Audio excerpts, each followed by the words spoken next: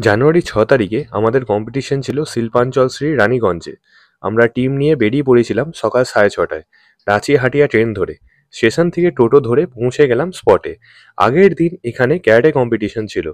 আজকে deadlift, denim jeans, women's outfit আর body building competition আছে। পশ্চিম বর্ধমানের অর্ধেক খেলা জয়দেব মাঝি অর্গানাইজ করে। খুব ভালো উদ্যোগ নেন উনি।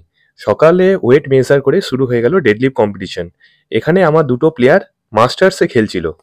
প্রদীপ কুমার দে মানে আমার বাবা আর পল্লবী ভট্টাচার্যা দুজনাই ভালো লিফট করেছেন, থার্ড পজিশন পেয়েছেন। পল্লবীদির এটা ফার্স্ট ট্রফি ছিল।